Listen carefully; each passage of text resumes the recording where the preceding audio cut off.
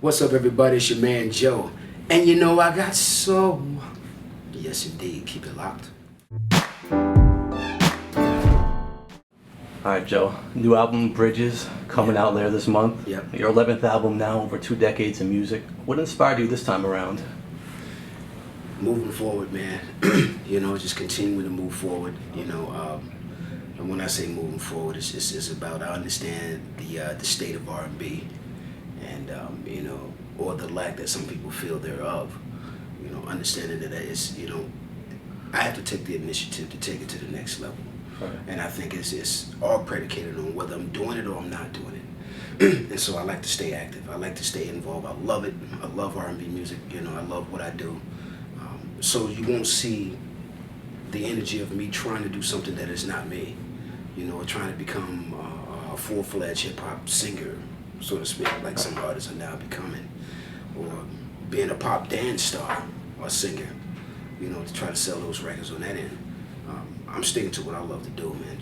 Generally, it's all about the soul and the love that I talk about in my music, and that's what's keeping it G. That's what's keeping it 100% when it comes to this R&B thing. I'm in my own lane, and I love it. Sonically, is it more of what we got on Doubleback, or do you try anything new this time? Sonically, yeah, it's on that vibe. I mean, I can't go too far away from what I do, and but I think the problem I've been having over the past 5-6 years is that most people don't know that I do have a record in the marketplace, and I think if they did know, it would be a lot, it'd be a lot more respect for the R&B genre, because I mean, when you look at it, there's only a handful of artists that are sort of, somewhat trying to carry the torch. Myself, R. Kelly, and Maxwell, a few other artists. So it's important, for me that I stick to my somewhat, my sort of game plan, and this new album, Bridges, is just as good as the last album, Doubleback. I feel it's 10 times better, to be honest with you, because it's taking another step into the direction that I'm trying to get to, which is taking it back a bit. When it comes to R&B, and I've been saying this for some years now. In order to move forward in R&B, you gotta go back. And so this album's go back just a little bit more, and to give them something that I'm absolutely going to touch and connect to. I know the response on Doubleback is it's one of your fans' favorite albums. That's the response I've been hearing, and wonderful. You've always been consistent, but one of your best in years. I feel that way too. So, did you ever feel like you could have kept moving with that album some more? I feel like there was some other single-worthy songs on there you could have went with, or did you want to just come back and go in the other direction? Well, excuse me, I would have loved to continue working that album. I mean, unfortunately, I just went through some changes in the industry, and being that that's tied to a previous situation, I couldn't really move forward on the last album. Right. But as I said before, it's about keeping it moving. It's about continuing to do what you love, regardless of what the circumstances are. I think some people would have they would have taken a little bit more time to see, how things progress and how they pan out. But I've always been a hustler. I've always been driven to just, you stick with it, you stay with it, and good things come out of it. Right. And I would have loved to work the record, like you said, some other good records on there, good songs on the album. That would have been nice to shoot video to, to put on radio as well. But hey man, it's nice. It's nice when you thank God. I thank God actually, that I have the ability to keep moving forward. To keep making music that people want to hear and they can appreciate. So I got a lot more in me. It's a lot more coming. Like after this record, next year we're gonna drop another one, or in the next 18 months, I'll say another album called Date Night.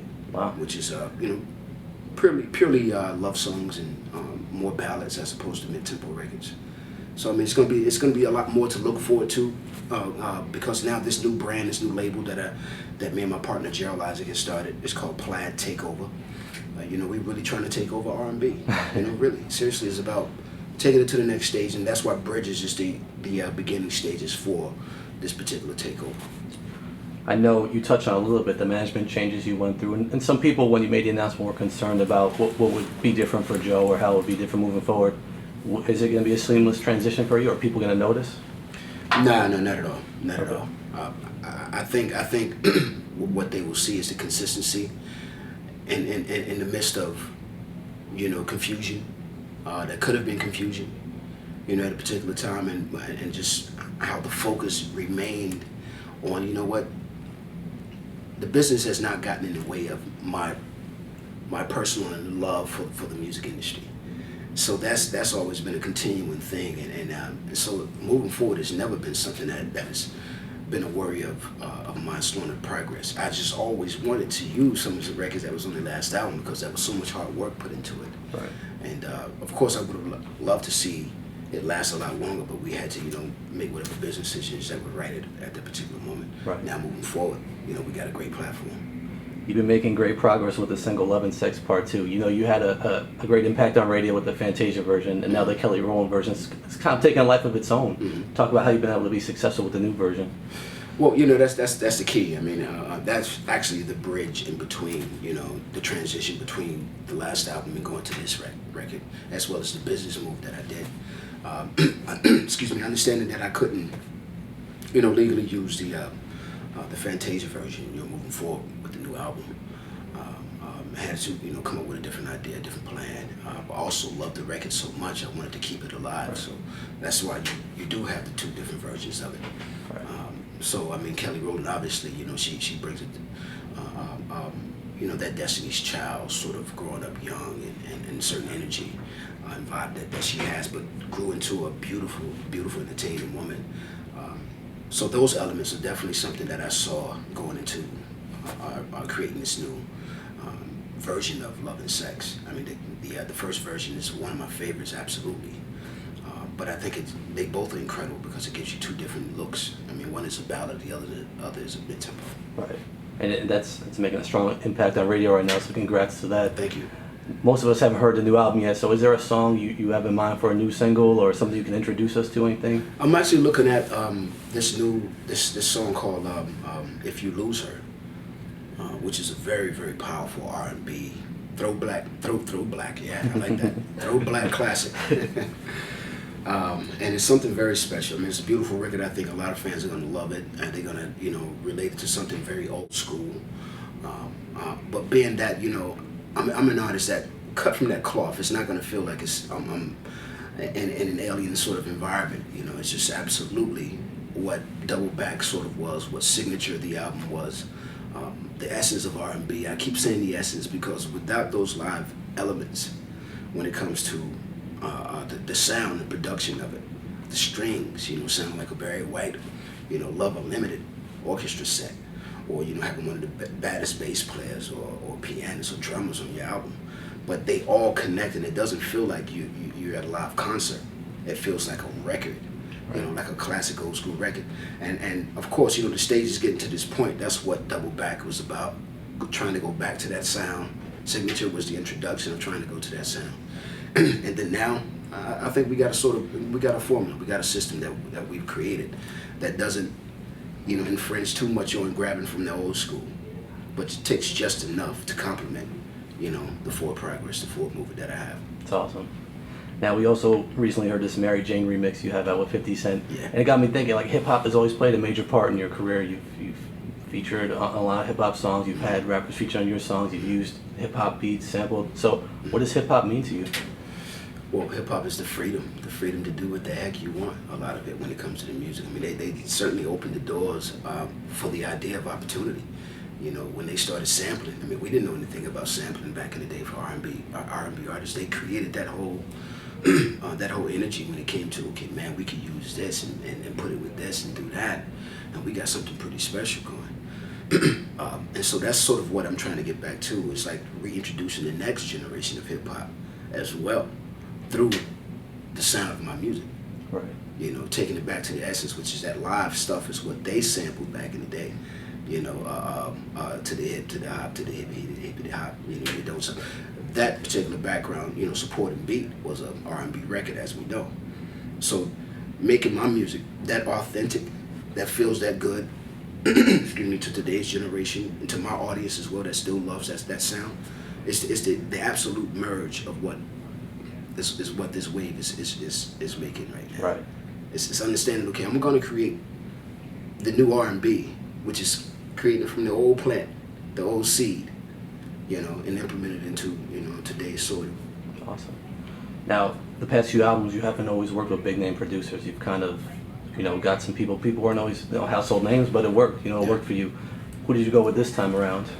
A bit of the same, because it's all about just good music. I mean, trust me, I give it up to a lot of the producers, writers out there. But I think a lot of times, when you go to those guys, you're getting what they are giving you. You're getting their style, their vibe, and to be a creator, an originality.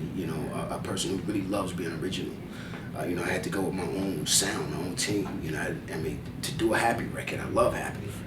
But of course, it's going to be a record that feels like happy. Right. It's going to sound like it. Pharrell has a certain style. I love his production, and we go way back. Like beginning of his starting days, and when I was just coming out as a new artist, and the tremendous amount of respect that I have for that guy as a writer, a producer, and now an artist. Yeah. Because it really wasn't his thing to be an artist. I don't think starting out. Maybe it was, but he didn't present it that way. Right. But to see how he has created that sound, through his influences like the Curtis Mayfields and other vocalists that had that sort of sound, Right. and made it his own.